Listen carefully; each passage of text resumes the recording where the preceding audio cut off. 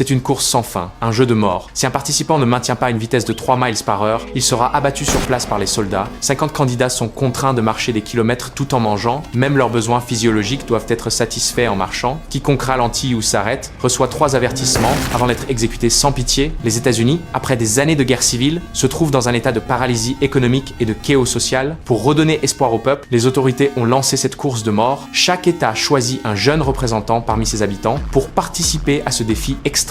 Seul celui qui tiendra jusqu'à la fin remportera une somme énorme et se verra exaucer un vœu par le gouvernement. Ray, malgré les protestations de sa mère, a décidé de s'inscrire. Le jour du départ, sa mère l'a conduit personnellement au point de départ, lui a remis la nourriture soigneusement préparée, les larmes coulant déjà de ses yeux. C'était peu être leur dernier adieu. Ray la réconforte en lui disant qu'il reviendra sain et sauf dans quelques jours. Après avoir dit au revoir à sa mère, il se dirige seul vers le point de contrôle. Là, il rencontre un jeune homme noir nommé Peter. Les deux se présentent brièvement et se serrent la main. Sans savoir que le destin a déjà lié leur vie de manière irrémédiable, les participants commencent à se rassembler, formant des groupes de 2 ou 3. L'athlète musclé Steven semble être un concurrent redoutable. À côté de lui, un jeune asiatique nommé Hank qui parle sans cesse de ses compétences en marche rapide, et à côté de lui, un autre participant noir appelé Arthur, ainsi qu'un garçon plus petit nommé Chris qui marche nerveusement, et tout le monde doute qu'il ait vraiment 18 ans. Hank, avec une confiance absolue, dit qu'il s'est préparé pendant longtemps pour ce jour, mais il est immédiatement moqué par Barkovich. Un véhicule militaire approche lentement au loin, sur lequel se trouve le colonel, le juge principal de cette course. Il ordonne aux participants de s'avancer un par un pour prendre leur numéro. Les participants s'avancent un à un, pendant que leurs numéros sont accrochés autour de leur cou. Le colonel leur ordonne ensuite de se regrouper par 5. Ils se tiennent droit et écoutent l'introduction du colonel. La guerre civile est finie depuis plus de 10 ans, mais une pandémie de paresse s'est abattue sur tout le pays. Les gens ne veulent plus travailler ni consommer, ils veulent simplement se laisser aller. Pour restaurer l'ordre et raviver l'esprit de travail et de discipline, le gouvernement a lancé cette marche extrême en direct. Chaque édition de la course a considérablement augmenté la productivité nationale, redonnant espoir au pays. Le colonel, avec une grande éloquence, termine son discours et les soldats distribuent des montres de comptage à chaque participant. Puis, le colonel annonce les règles. Il n'y a pas de fin à la course, jusqu'à ce qu'il ne reste qu'un seul survivant. Le gagnant remportera une énorme récompense et verra son vœu exaucé. Au signal du tir, la course commence officiellement. Au début, l'atmosphère est encore détendue. Les participants discutent et se saluent, comme s'il s'agissait simplement d'une compétition ordinaire. Après 8 km, Steven, en baissant les yeux pour vérifier sa montre, ralentit un peu et reçoit immédiatement un premier avertissement. Hank rigole et analyse qu'il teste probablement la limite de vitesse. Alors que tout le monde rit et plaisante, Barkovich s'arrête pour réajuster ses lacets après qu'un caillou soit entré dans sa chaussure et reçoit 2 avertissements avant de se rendre compte qu'il risque d'être éliminé. Il se remet à marcher précipitamment pour rattraper les autres. Ray et Peter marchent en tête du groupe. Ils discutent de leur raison d'avoir participé. La plupart viennent de familles pauvres, attirées par les récompenses offertes. Mais Ray estime que cette marche n'a aucun sens et que l'argent ne signifie rien. Lorsque le système vous pousse à l'extrême et qu'il pointe un seul chemin d'évasion en disant que c'est la seule voie, évidemment, tout le monde se précipitera vers cette sortie. Et c'est aussi ce qu'on leur a toujours enseigné. C'est la seule et glorieuse voie. Voyant que tout le monde discute gaiement, le type avec des lunettes se faufile parmi eux. Il participe non pas pour l'argent, mais pour obtenir des perspectives et écrire un livre sur cette marche extrême qu'il espère publier pour gagner de l'argent. Peter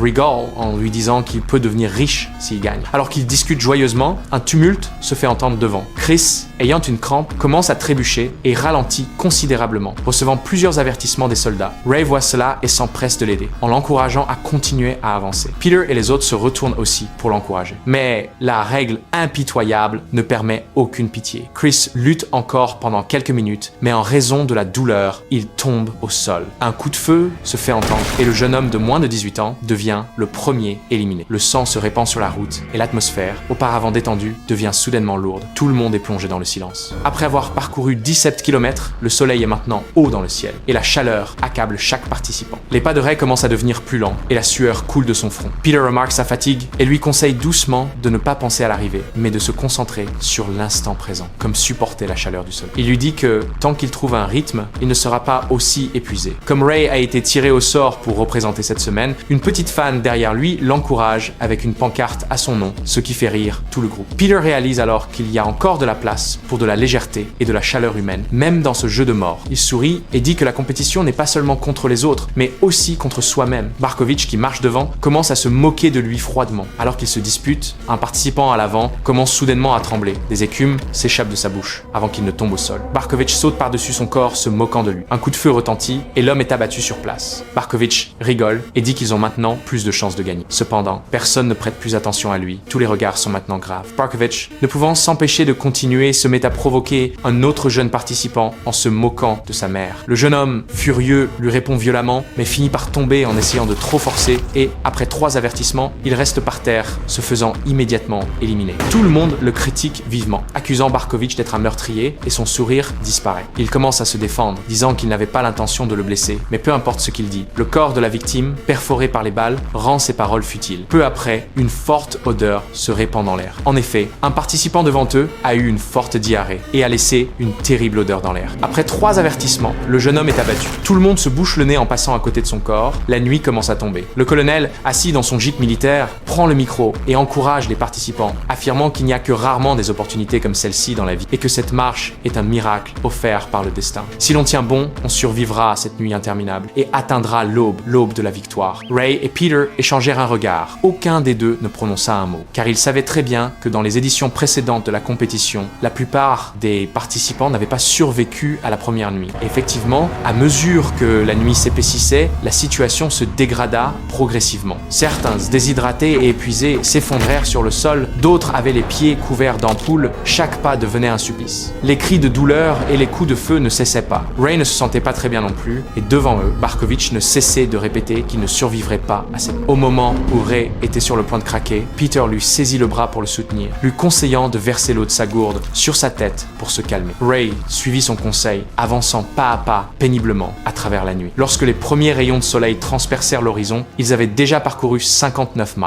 Mais l'aube n'apporta aucun réconfort, elle rendit seulement la fatigue plus visible sur chaque visage. Il ne restait plus que 18 participants. Arrivé au 67e mile, l'état de Hank déclina nettement. L'homme, autrefois intarissable, était maintenant silencieux. C'est à ce moment-là qu'un avertissement strident retentit derrière eux. Ils virent le garçon à lunettes, celui qui aimait écrire des livres, se blesser à la cheville. Ses pas devinrent désordonnés. Il luttait pour avancer. En pleurant, il voulait tenir bon, mais finit par être distancé par le peloton. Ray fut submergé par l'émotion. Il maudit avec rage cette maudite compétition, hurla sa colère, demandant pourquoi tous étaient forcés de suivre cette voie sans retour. La fureur se propagea dans le groupe comme un feu de prairie. Ils hurlèrent des injures en direction d'Agi, maudissant cette compétition, maudissant le colonel. Pour la première fois, ils n'étaient plus en concurrence les uns avec les autres, mais unis par un même désespoir et une même rage. La deuxième nuit, une pluie torrentielle s'abattit sur eux. L'eau glacée ruisselait sur leur visage. Ray et Peter avançaient côte à côte. Ils se soutenaient mutuellement avec une complicité silencieuse, survivant ainsi à la longue nuit. Au matin du 3e jour, ils atteignirent le 144e mile. Ray se confia à Peter, lui révélant son secret. Son père, qu'il avait admiré depuis l'enfance, était un homme profond et obstiné dans ses idées. Un jour, des soldats firent irruption chez eux, traînèrent son père devant la porte, le forcèrent à s'agenouiller sur le béton froid. Le colonel prononça froidement son verdict. Pour avoir détenu et diffusé des idées interdites, il devait jurer publiquement allégeance à la nation et au régime ou être exécuté sur le champ. Son père leva simplement les yeux vers sa femme et son fils. Son regard était calme et déterminé. Il se releva et déclara qu'il ne prêterait jamais allégeance à un tel régime, puis dit à son fils de se souvenir de ses paroles. À l'instant suivant, un coup de feu retentit. Le sang gicla à ses pieds. Cette scène,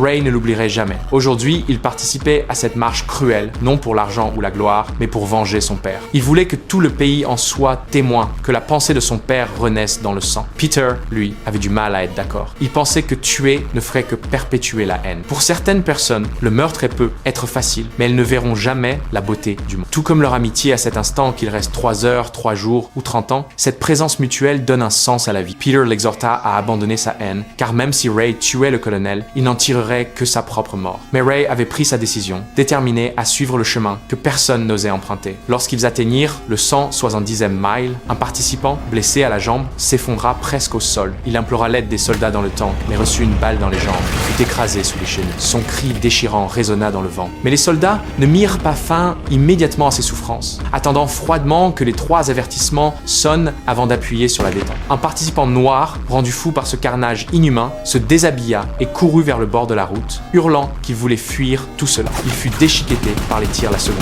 La nuit tomba à nouveau, il ne restait restait plus que 6 survivants. Hank perdit définitivement l'esprit. Il fit soudain demi-tour et chargea vers les soldats derrière lui. Une balle lui traversa la poitrine, mais il ne mourut pas sur le coup. Ray et Peter crièrent son nom avec détresse. Stevens dit qu'il le laissait délibérément se vider de son sang pour avertir les participants restants de ne pas jouer les héros. Arthur ne put s'empêcher de retourner pour le sauver et reçut 2 avertissements à son tour. Ray le tira rapidement en arrière. Les appels de Hank s'éteignirent peu à peu dans la nuit pluvieuse. Barkovich, qui avait toujours été isolé, craqua finalement. Il cessa ses railleries et ses sarcasmes et s'approcha de Ray pour expliquer qu'il n'avait pas voulu causer la mort du jeune homme, mais que, toujours solitaire depuis l'enfance, sans cesse rejeté par les autres, il avait fini par développer un caractère acerbe. En vérité, il enviait l'amitié sincère entre Ray et Peter, il les enviait de pouvoir se soutenir dans cette compétition infernale. Soudain, Barkovich marcha jusqu'à l'avant et s'arrêta. Il leva une lame tranchante qu'il tenait et se l'enfonça profondément dans la gorge. À cet instant, même Ray se sentit devenir un monstre. Ils survécurent encore une nuit. Au matin du 5e jour, Ray reconnut la route devant eux. Elle menait à la ville de son enfance. C'est alors qu'une silhouette familière apparut au bord de la route. C'était sa mère. Ray savait qu'il ne tiendrait peu être pas jusqu'au bout. Il se précipita pour l'embrasser une dernière fois. Sa mère lui cria de toutes ses forces de retourner sur la route. Peter le retint de toutes ses forces, ne voulant pas qu'il meure sous les yeux de sa mère. Ray s'efforça de calmer ses émotions et d'ajuster son pas. Soudain, le jeune Amérindien qui marchait toujours en tête se rua sur un soldat sur le côté de la route, lui arracha un pistolet mitrailleur. Il ne s'effondra pas immédiatement, mais releva difficilement la tête et chanta doucement un chant ancien de son peuple. Lorsqu'ils atteignirent le 320e mile, Arthur, dont le nez saignait sans cesse, n'en pouvait plus. Ray et Peter le soutinrent fermement de chaque côté, le traînant presque pour avancer. Arthur savait que son temps était compté. Il ne voulait pas retarder ses amis. Il se dégagea de leur étreinte et resta seul sur place. Ray et Peter continuèrent, les larmes aux yeux. Quand la compétition atteignit le 350e mile, Steven sentit lui aussi qu'il avait atteint sa limite. En entendant le coup de feu derrière lui, Ray commença à douter intérieurement. Il savait qu'il approchait aussi de sa limite. Peu après, la pluie se mit à tomber et une foule de spectateurs apparut devant eux. Peter se tourna soudain, regarda Ray un moment en silence, puis choisit résolument de s'arrêter. Il n'y aurait qu'un seul vainqueur à cette compétition. Il voulait que Ray l'emporte et retourne auprès de sa mère. Ray s'avança pour aider Peter à se relever, le suppliant de l'accompagner un peu plus loin. Peter venait à peine d'acquiescer quand il réalisa que Ray, lui, était resté sur place. Ray ne voulait pas que Peter lui offre la victoire. Alors que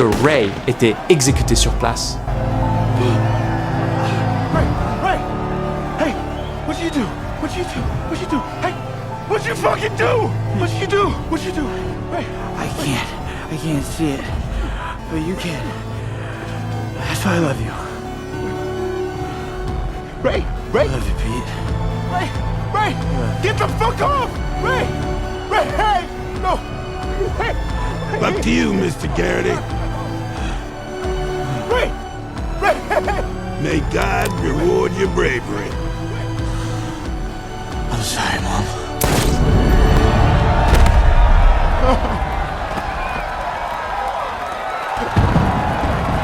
Peter devint le vainqueur final de la compétition. Mais au milieu des acclamations de la foule autour de lui, Peter était complètement perdu. Quand le colonel lui demanda quel souhait il désirait, il prit un pistolet mitrailleur des mains d'un soldat à côté et le pointa vers le colonel.